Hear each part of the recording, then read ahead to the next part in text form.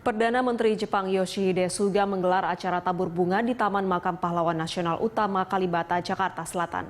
Untuk mengetahui informasi terkini, kita bergabung dengan reporter Ira Hulu dan juru kamera Berki Marindo dari Kalibata, Jakarta Selatan. Ira, bagaimana jalannya acara tabur bunga yang dilakukan Perdana Menteri Jepang Yoshihide Suga di sana? Ya, Anggita dan juga pemirsa, saat ini dari pantauan kami bisa menyampaikan bahwa untuk sampai saat ini pada pukul 11.21 waktu Indonesia bagian Barat, pihak dari pihak pengamanan, kemudian juga baik itu TNI Polri, kemudian juga dari Pas Pampres sudah berada di tempat ini untuk bisa memastikan protokol pengamanan ini dilakukan secara ketat di kawasan Taman Makam Pahlawan Nasional Utama Kalibata, Jakarta Selatan ini. Dan kami akan menunjukkan kepada Anda kondisi real time saat ini seperti apa suasana terkait dengan peletakan karangan bunga yang akan dilakukan oleh Perdana Menteri Jepang Yoshihide Suga pada hari ini.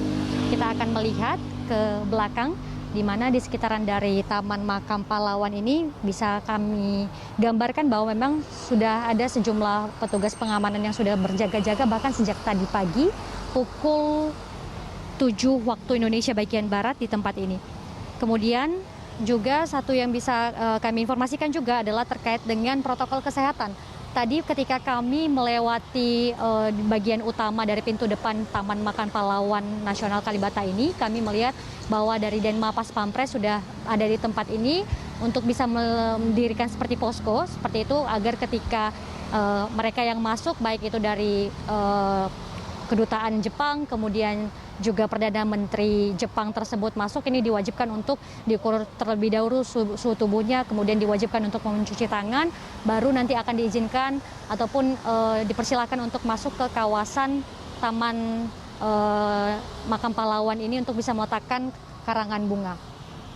Dan memang dari informasi yang kami dapatkan terkait dengan hari ini, tepatnya pada tanggal 21 Oktober 2020, memang ini menjadi hari kedua sekaligus menjadi hari terakhir kunjungan dari Perdana Menteri Yoshihide tersebut berada di Indonesia. Dan adapun dari data yang kami dapatkan bahwa tadi sekitar pukul 9:15 sampai dengan 9:30 ini Perdana Menteri Jepang tersebut ini sudah mengunjungi sejumlah pelajar Indonesia yang belajar di Jepang, kemudian kembali lagi ke Indonesia. Selanjutnya pada pukul 10:10, kemudian Suga tadi sudah mengadakan press conference dengan berbagai rekan ataupun awak media, dan dilanjutkan pada pukul 10.40 sampai dengan pukul 11:10.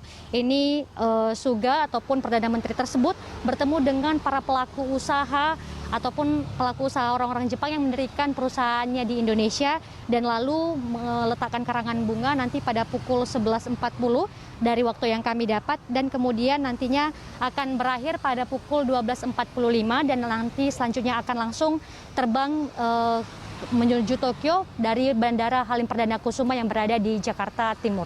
Anggita? Ya, Ira, selanjutnya apa agenda yang akan dilakukan oleh Perdana Menteri Jepang Yoshihide Suga setelah melakukan kunjungan ke Taman Makam Pahlawan Utama Kalibata? Ya, yang kita terkait dengan agenda selanjutnya yang akan dilakukan oleh Yoshihide Suga terkait ini merupakan salah satu agenda formal, bisa dikatakan agenda formal terakhir yang akan dijalani ataupun dilakukan oleh Perdana Menteri Jepang Yoshihide Suga tersebut. Sebelum nantinya dari informasi yang kami dapatkan, memang Yoshihide Suga tersebut nanti akan makan siang ke salah satu tempat di Jakarta, dan lalu akan menyempatkan untuk selanjutnya akan menuju Bandara Halim Perdana Kusuma untuk bisa terbang ke Tokyo. Dan terkait dengan sejumlah agenda yang telah dilakukan oleh Yoshihide Suga sejak kemarin kedatangannya ke Indonesia, tepatnya dari hari Selasa tanggal 20 Oktober 2020, memang ada sejumlah kesepakatan penting yang telah dibicarakan terkait dengan kerjasama bilateral antara Indonesia dan Jepang. Dan juga dari informasi yang kami dapatkan juga, ini salah satu dukungan dari Jepang ke Indonesia adalah terkait dengan penanggulangan dari pandemi COVID-19 yang berada di Indonesia, yang mana dari informasinya yang kami dapatkan adalah Jepang ini setuju untuk memperpanjang pinjaman senilai 50 miliar yen atau setara dengan 6,9 triliun rupiah untuk mendukung ekonomi Indonesia yang dilanda pandemi COVID-19 di berbagai bidang, seperti pencegahan bencana, kemudian persediaan dan peralatan medis untuk institusi medis.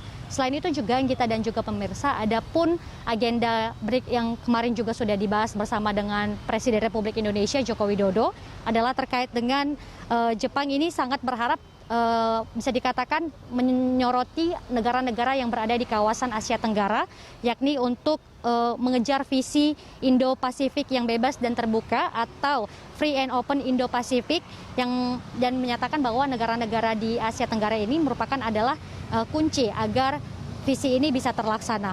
Dan selain itu juga Jepang juga berharap dalam kunjungan Yoshihide Suga ini untuk memperdalam dan memperkuat hubungan pertahanan dengan Indonesia untuk mempromosikan alutsista, kemudian hingga perjanjian transfer teknologi. Dan yang terakhir dari informasi yang kami dapatkan juga, ini merupakan salah satu upaya Asia Tenggara untuk mencapai perdamaian di Laut Cina Selatan.